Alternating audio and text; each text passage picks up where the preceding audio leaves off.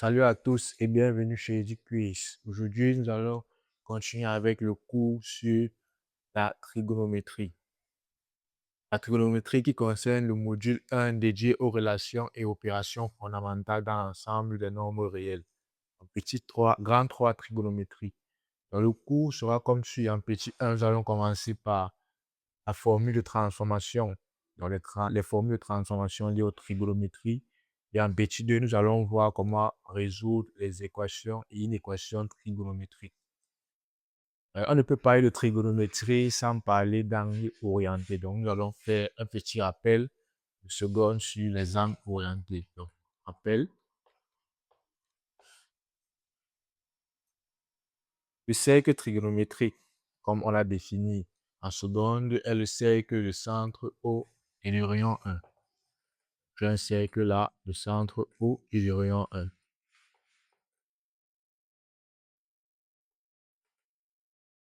Et du rayon 1. Ça, le cercle trigonométrique. Ici, j'ai l'axe des ordonnées. Et ici, j'ai l'axe des abscisses. Sur l'axe des ordonnées, l'axe des abscisses, c'est ce qu'on a appelé cosinus x. Et l'axe des ordonnées sont sinus x. Donc, si je prends un point M sur le cercle et que je trace l'angle associé à ce point M, donc on a dit par définition, la direction du cercle trigonométrique est orientée comme ceci de manière positive. Ça, c'est le sens positif du cercle trigonométrique. Donc, si je prends un point M là sur le cercle trigonométrique et que je trace l'angle associé à ce point M, donc les angles commencent ici, à partir de l'axe des abscisses. Donc, si je veux tracer un angle, je pars de là. J'oriente mon angle comme ceci. J'appelle cet angle-ci alpha. Ça, c'est un angle orienté. L'image de cet angle, c'est le point que j'ai défini ici, le point M. Ça, c'est un angle orienté. On voit bien que cet angle-ci part dans le sens trigonométrique, dans le sens positif.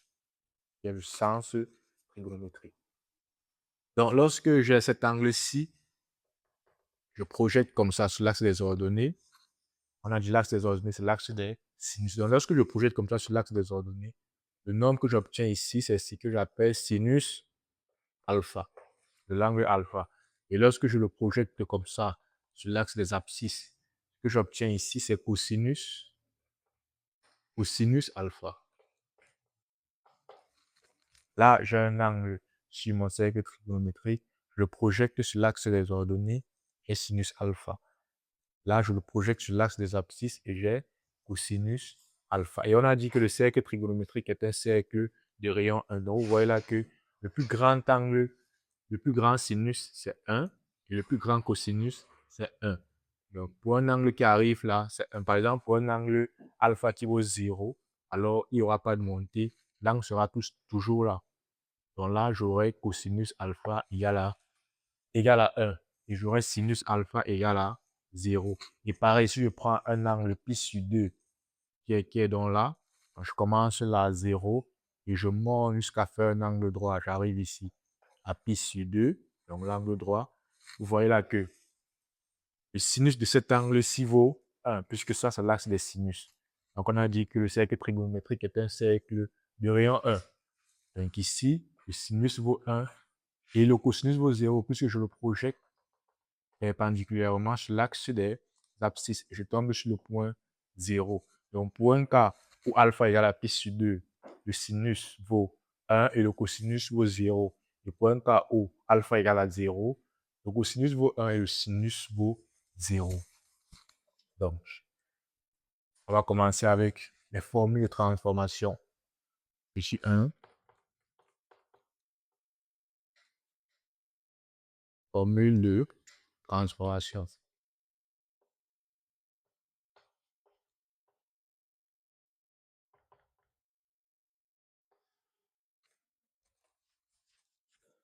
Les formules de transformation il y en a plusieurs. Il y a les formules de duplication, il y a les formules de linéarisation et il y a les formules qui permettent de passer du cosinus A plus B à une somme d'angles. Donc, le cosinus de somme d'angles à la somme des angles des cosinus. J'ai deux angles, par exemple, cosinus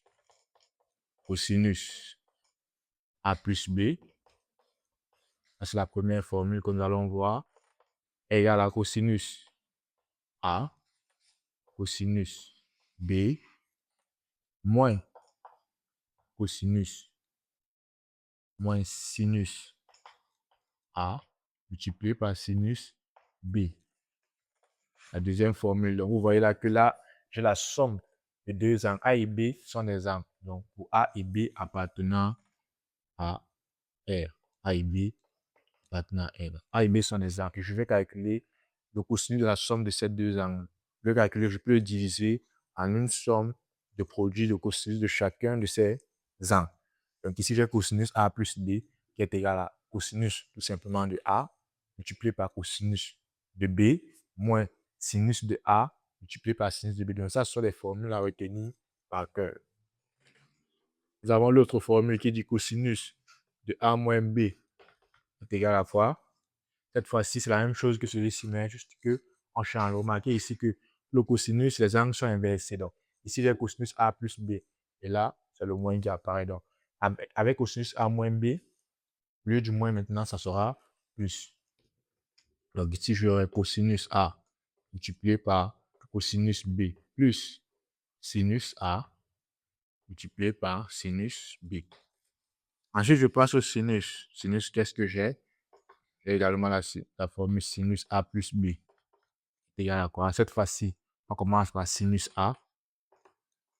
Et on permute, oui, je dis sinus A, sinus B, on permute sinus A cosinus B. Sinus A cosinus B. Et si le sinus conserve le signe, donc on voit ici que ici j'avais moins, si j'avais plus, c'est devenu moins. Si j'avais moins, c'est devenu plus. Maintenant, si j'ai plus, ça conserve le signe. Donc ça fait sinus A cosinus B plus sinus B, j'inverse. Ici, j'avais dit sinus A cosinus B. Maintenant, je dis sinus B cosinus A. Sinus B cosinus A. Également ici, j'inverse les signes. Sinus A moins B, qu'est-ce que ça me donne? Ça conserve le signe moins. Ça fait sinus A, toujours, cosinus B. Ici, j'ai moins cette fois-ci, donc moins sinus B cosinus A. Revenons un peu sur notre cercle trigonométrique pour encore voir d'autres formules liées à ce cercle. Si par exemple là, j'ai l'angle alpha, donc l'angle alpha ou image M. Donc je définis sinus de alpha et cosinus de alpha.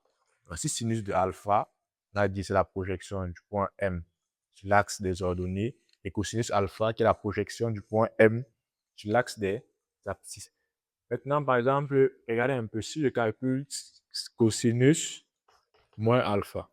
Donc, cosinus moins alpha, ça veut dire que je fais toujours le même écart alpha, mais cette fois-ci, je fais moins. Donc, je pars dans le sens contraire au sens trigonométrique. Donc, comme le sens trigonométrique est orienté comme ça, moi, je vais plutôt comme ça, donc en descendant.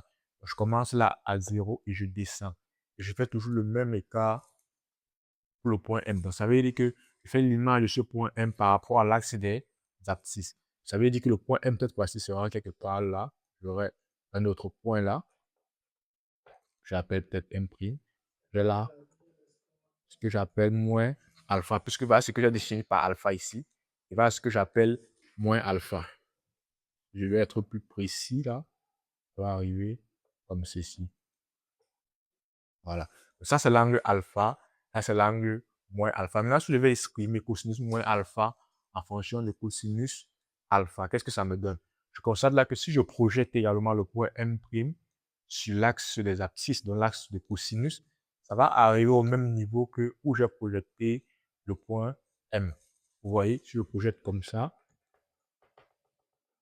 les deux points arrivent au même niveau. Donc, on déduit que cosinus de moins alpha égale à cosinus de alpha. Alors, cosinus de moins alpha égale à cosinus de alpha. Donc ça, ce sont les formules que vous n'avez nécessairement pas retenues, mais vous pouvez facilement les trouver lorsque vous tracez votre cercle trigonométrique. Également, une autre formule. Si je prends par exemple cosinus pi moins alpha égale à quoi? Cosinus pi moins alpha, ça veut dire que je fais d'abord l'angle pi je fais l'angle pi, ensuite je retire alpha. Donc, je suis là à 0. Lorsque je fais l'angle pi, on a dit pi, on n'a pas dit moins pi, on a dit pi, donc plus pi. Ça veut dire que je pars dans le sens trigonométrique.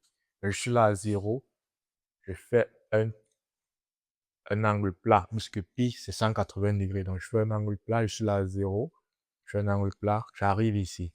Donc je suis là pour pi. Mais on me dit pi moins alpha, on m'a pas dit cosinus, on m'a dit cosinus pi moins alpha. Donc comme j'ai fait pi, j'enlève alpha.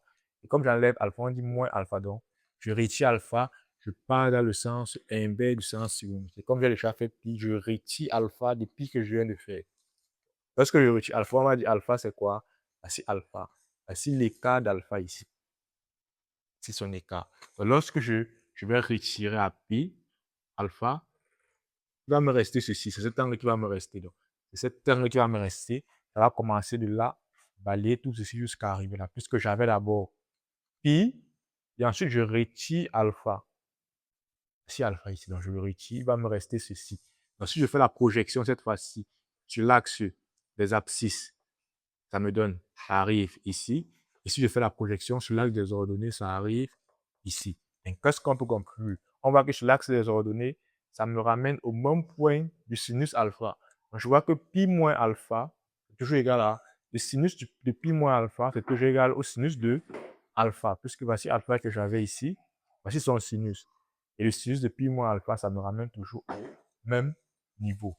Donc, en ce qui concerne le cosinus de pi moins alpha, tu vois que c'est l'opposé du cosinus de alpha. Donc, cosinus alpha était là. Maintenant, cosinus de pi moins alpha est ici. Donc, ça veut dire que si ça donnait par exemple 1,5, l'autre ici donne moins 1,5, puisque ça ne doit pas dépasser 1. Le cosinus ne doit pas dépasser 1. Puisqu'on a dit, c'est un cercle de rayon 1. Le maximum ici, c'est 1. Le maximum ici, c'est 1. Donc, cosinus pi moins alpha, alors égal à quoi? Égal à moins cosinus alpha. Tout simplement. Parce que voici le cosinus de alpha ici, on va laisser ici. Et le cosinus de pi moins alpha m'a laissé ici. Donc, ça, c'est l'inverse de ceci. Cosinus pi moins alpha égale à cosinus de moins alpha. Par contre, sinus de pi moins alpha m'a toujours donné sinus de alpha. Parce que si alpha va la projection de son sinus ici, et cosinus va la projection de le sinus de pi moins alpha à la projection ici. Donc, au même niveau. Donc, sinus de pi moins alpha égale à quoi? Égale au sinus de alpha, tout simplement. Donc, vous voyez que ça, ce sont des formules que vous pouvez utiliser, que vous n'avez pas forcément à retenir, que vous pouvez retenir, que vous pouvez retransmettre lorsque vous tracé votre propre cercle trigonométrique et vous voyez comment le jeu se passe. Par contre, ces formules-là sont des formules à maîtriser par cœur. Cosinus A plus B, cosinus A moins B, sinus A plus B et sinus A moins B. On a également d'autres formules trigonométriques qu'on va appeler les formules de duplication. Formule de duplication. Formule de duplication.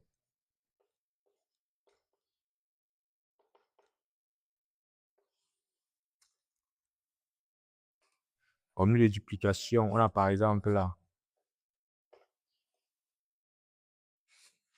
sinus 2A qui est égal à 2 multiplié par le sinus A et le cosinus de A.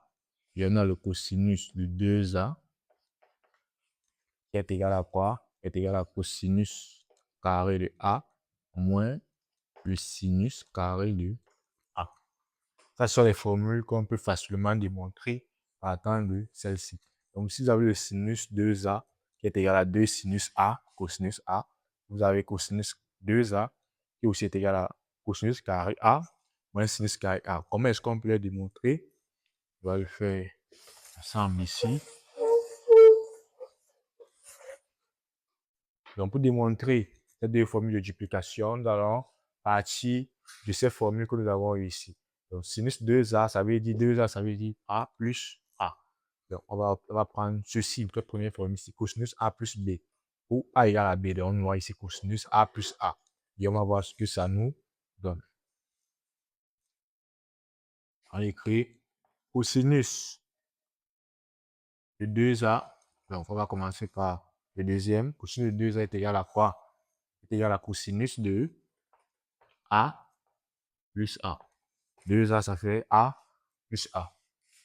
A plus A, ça va faire cosinus A multiplié par cosinus A encore, moins sinus A multiplié par sinus A.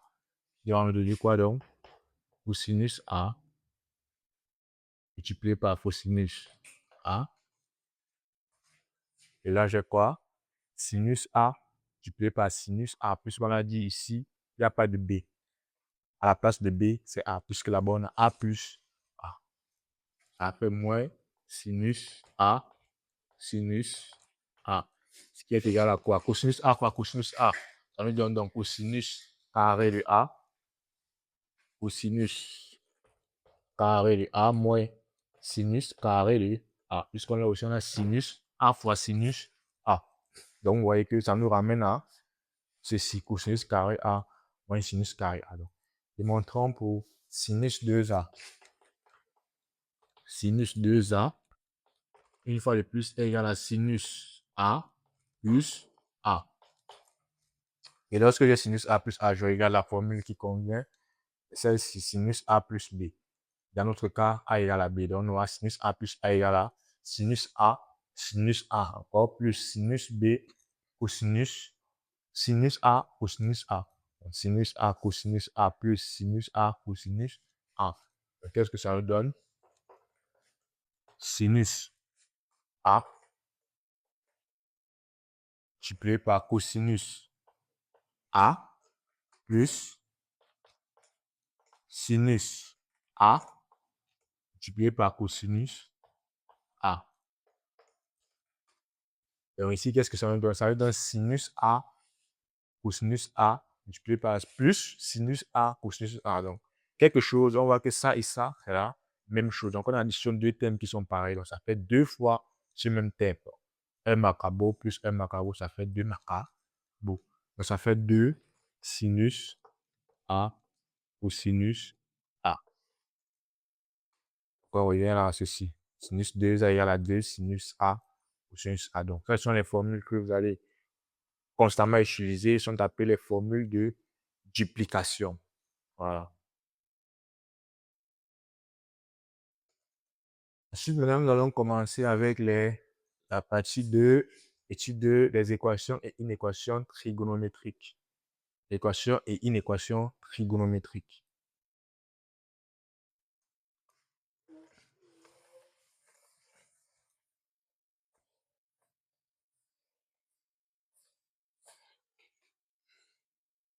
Petit 2, équations et inéquations trigonométriques.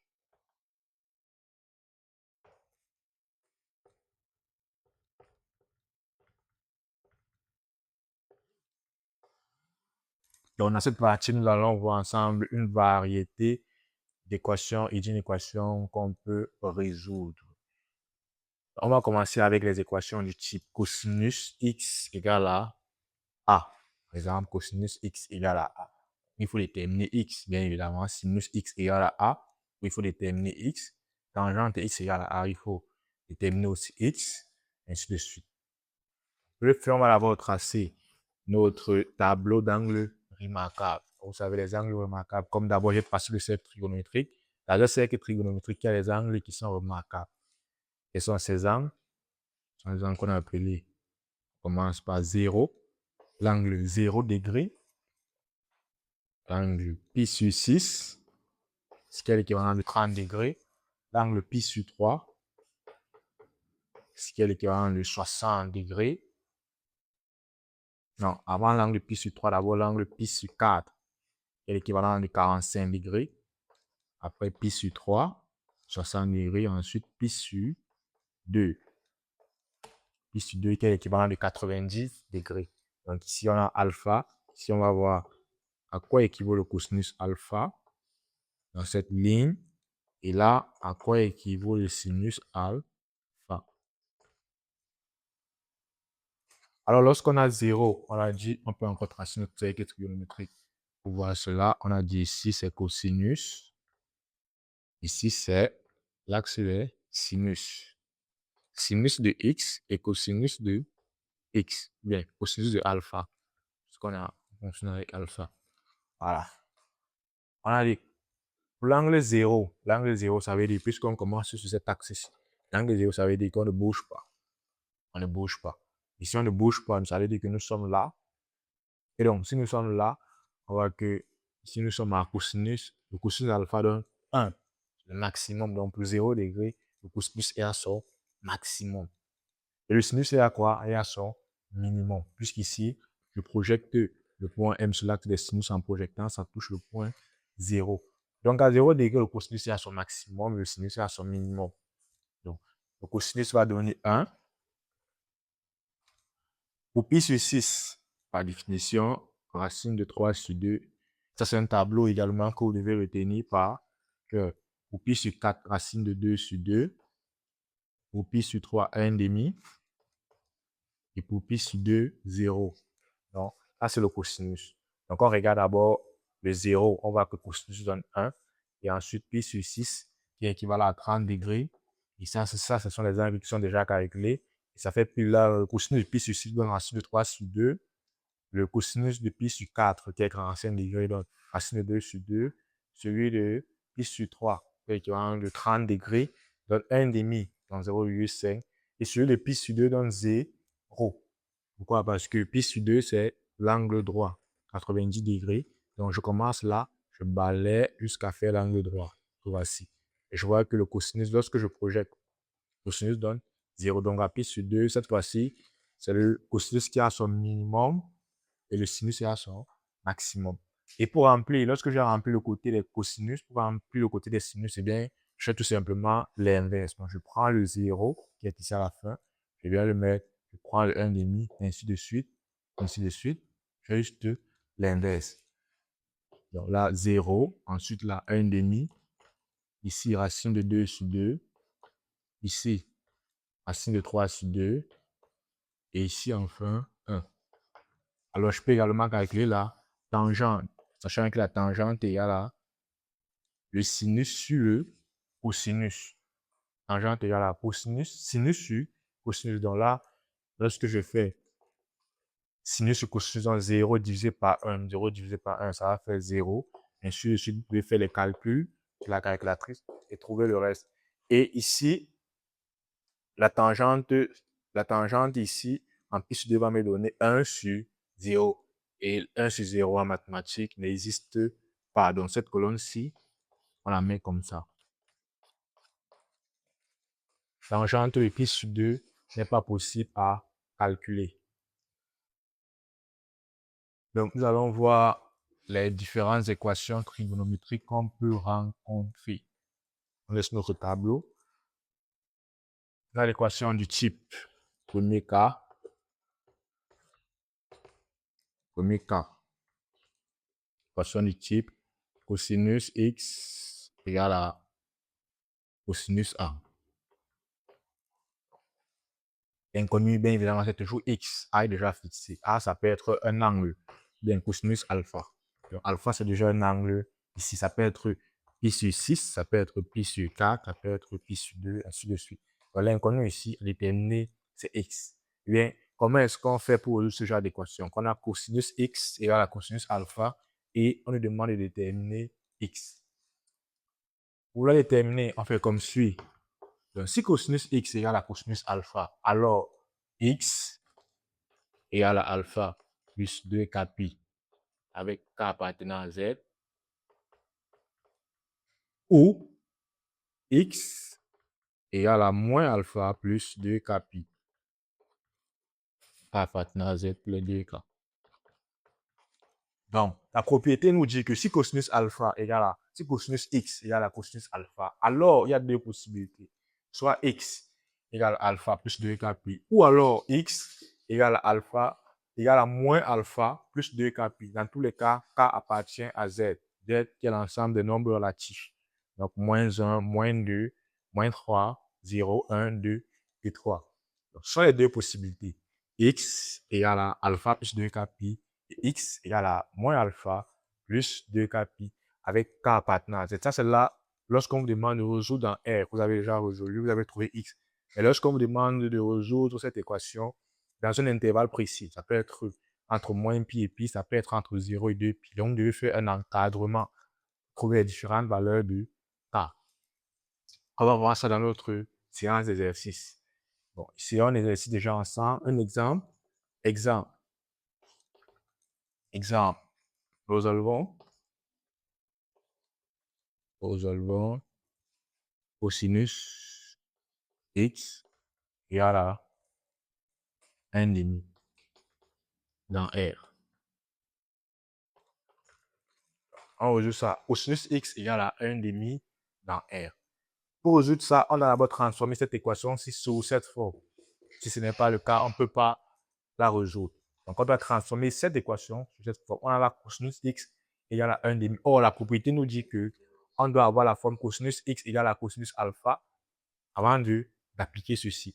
Donc, il nous faut avoir écrit 1,5 sous forme d'un cosinus alpha. On se demande à quoi est-ce que 1,5 est égal? Cosinus de quel angle 1,5 est égal? Lorsqu'on a fait notre tableau, on vient, on regarde, on cherche dans la partie cosinus, on cherche où se trouve 1,5.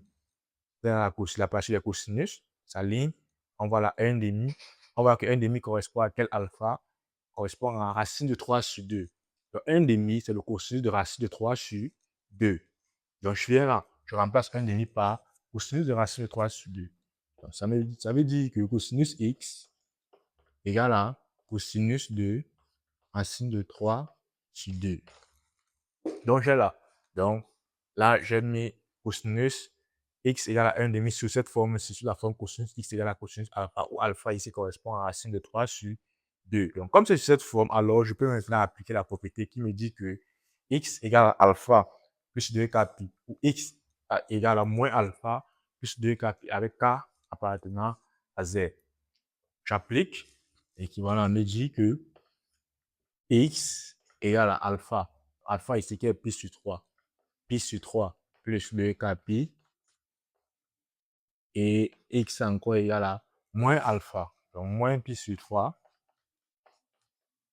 plus 2k pi avec toujours k appartenant à z. Toujours et toujours précisé.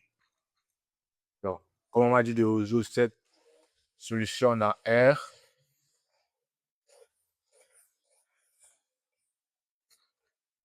comme on m'a demandé de résoudre cela dans R, alors la solution dans R, on va écrire solution dans R, c'est quoi?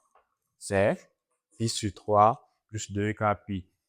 Pi sur 3 plus 2k pi pour moins pi sur 3 plus 2k pi avec bien évidemment k toujours et toujours appartenant à z. Ça, c'est la solution. Parce qu'en fait, on résout ce type d'équation de type cosinus x égale à cosinus alpha. Nous allons faire d'autres exemples plus compliqués pendant notre séance d'exercice. Deuxième cas. Deuxième cas, c'est le cas où on résout les équations du type, cette fois-ci avec sinus. Donc, si on avait cosinus x égale à cosinus alpha, maintenant cette fois-ci on a sinus x égale à un sinus alpha. Sinus x égale à sinus alpha. Donc, lorsque je suis dans ce type de cas où sinus x égale à sinus alpha, à quoi est-ce que là-bas ça équivaut? La propriété me dit que ça donne ceci. X égale à alpha plus 2k pi ou x égale cette fois-ci à pi moins alpha plus 2k pi avec toujours k appartenant à z. Donc ici, j'avais quoi? J'avais x égale à alpha plus 2k pi ou x égale à moins alpha plus 2k pi. Mais cette fois-ci, j'ai x égale à alpha plus 2k pi ou x égale à pi moins alpha plus 2k pi. Donc, il faut bien faire la nuance. Ici, au deuxième cas, c'est moins alpha et là-bas, c'est pi moins alpha. Donc, je fais un cas par exemple. Exemple, résoudre cosinus, donc c'est plutôt sinus alpha, sinus de x Donc, égale à sinus de pi sur 6. Donc, disons plutôt égal à 1 demi. Voilà. Sinus x égale à 1 demi. Alors, toujours comme ici, lorsque j'ai sinus x égale à 1 demi, je dois rendre 1 demi sous la forme d'un sinus alpha. Alpha est un angle précis. Alors, je regarde mon cercle trigonométrique. Je regarde plutôt mon tableau qui était là. Je me demande, je regarde dans la ligne des sinus. Je regarde le sinus qui correspond à 1 demi. Je vois l'angle qui correspond à 1 demi. Je vois que cet angle-là, c'est quoi? Pi sur 6, ce qui est équivalent à 30 degrés. Je vois dans mon tableau que sinus de pi sur 6, ça fait 1 demi. Donc, je remplace 1 demi par le sinus de pi sur 6. Donc, c'est équivalent à me dire quoi? Sinus x égale à sinus de pi sur 6. Ce qui est équivalent à dire que x égale à pi sur 6 plus, j'applique là, on va dire x égale à alpha plus 2k pi, ou x égale à pi moins alpha plus 2k pi.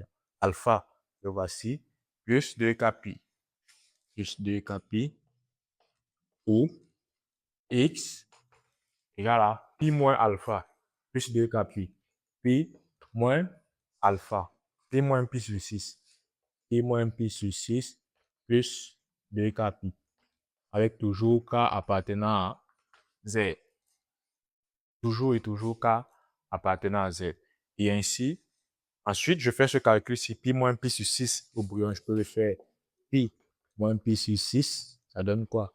Ça fait ça fois ça, moins ça fois ça, divisé par ça fois ça, ça fait 6 pi moins ça fois ça, pi, 6 pi moins pi sur 6. Ce qui me donne 5 pi sur 6. 5 pi sur 6, donc ça va faire finalement l'ensemble de solutions, comme ici, sera pi sur 6 plus 2k pi, ou 5 plus sur 6 plus 2k pi, avec toujours k appartenant à z. Voilà. Ça, ce sont les deux cas pour sinus x et sinus x. Maintenant, le troisième cas, c'est le cas de tangente de x.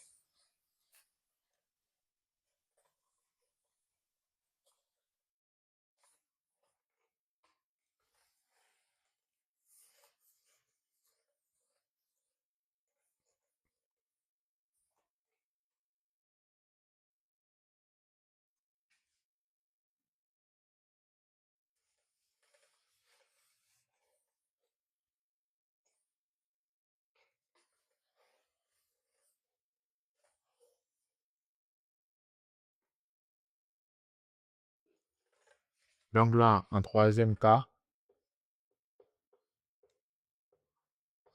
c'est le cas où j'ai une équation de la forme tangente de x égale à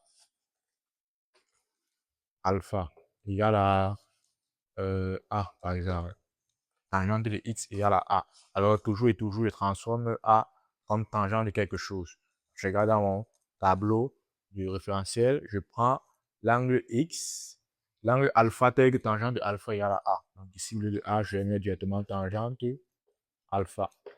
Donc, lorsque j'ai tangente x égale à tangente alpha, alors, cette fois-ci, on a x égale à alpha.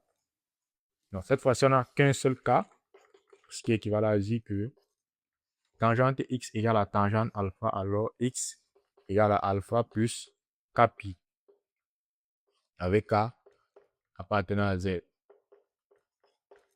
Donc, contrairement aux deux autres cas où on avait deux cas, on avait par exemple en cosinus, on avait x égale à alpha plus 2k pi, et on avait l'autre qui nous disait x égale à moins alpha plus 2k pi.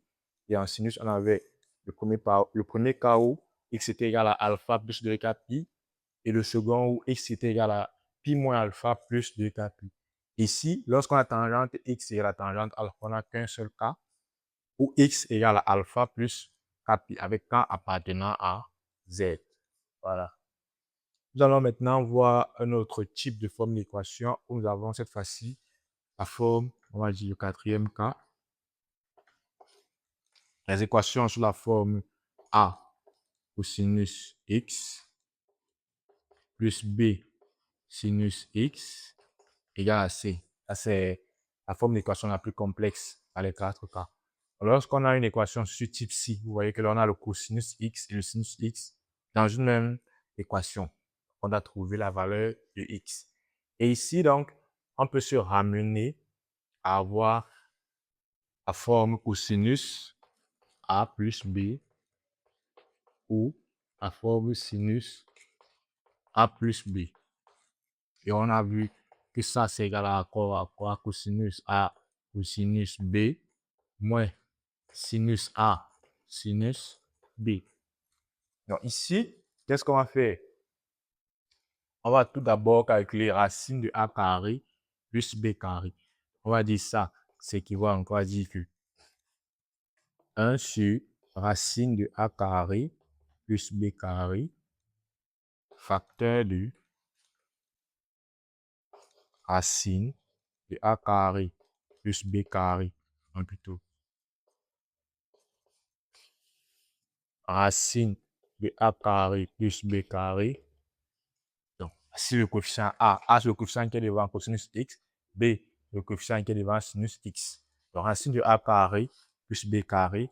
Donc, comme je l'ai ajouté ici, je vais l'annuler maintenant de ce côté. Donc, ça fait A sur racine de A carré plus B carré cosinus x plus B sur racine de A carré plus B carré sinus x. Je ferme la parenthèse. Et c'est également, j'annule le racine de a carré, b carré que j'ai ajouté. Donc, ce qui est égal à c sur racine de a carré plus b carré. Donc, là, ce que j'ai fait ici, j'ai juste ajouté racine de a carré plus b carré et l'annuler ici. Donc, de telle façon que ça revient toujours à ceci. Donc, si je multiplie racine de a carré plus b carré par ceci, ça va faire ça multiplié par ce facteur-ci. Et là, si vous simplifiez, je vais toujours revenir à a cosinus x. Voici. Également ici, si je multiplie ce racine de a carré plus b carré par ce facteur-ci, ceux-ci vont se simplifier et je reviens toujours à b sinus x. Ainsi de suite. Donc, lorsque j'ai ceci maintenant, comme je l'ai dit, l'objectif est de retourner sur la forme ci. Cosinus A, cosinus B, moins sinus A, sinus B. L'intérêt maintenant ici est de chercher le cosinus de l'angle alpha. Donc, de chercher le alpha tel que cosinus alpha soit égal à ceci. D'accord? Je vais chercher à travers, par exemple, le tableau d'angle évident que nous avons tracé au début du cours. Vous devez trouver l'angle alpha tel que cosinus alpha soit égal à cosinus. Vous devez trouver l'angle alpha tel que cosinus alpha soit égal à A sur racine de A carré plus B carré. Donc, cosinus alpha doit être égal à A sur racine de A carré plus B carré. Donc, vous devez trouver alpha tel que cosinus de alpha soit égal à A sur racine de A carré plus B carré. Et également, de trouver sinus alpha tel que alpha soit égal à, tel que le sinus de alpha soit égal à B sur racine de A carré plus B carré. Et lorsque je vais faire ça, j'aurai finalement cosinus alpha par cosinus x plus sinus alpha par sinus x qui revient à ceci, qui revient plutôt à la forme A moins B. Donc, ça veut dire que finalement, le tout va me donner le cosinus de A moins B. Donc, vous voyez un peu. Donc, ici, également, je trouve sinus alpha égale à B sur racine de A carré plus B carré.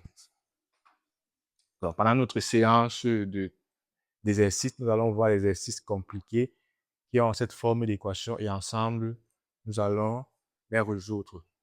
Donc, c'était tout pour ce cours dédié à la trigonométrie et aux équations trigonométriques. Je vous donne rendez-vous à nos séances d'exercices pour la suite. Merci.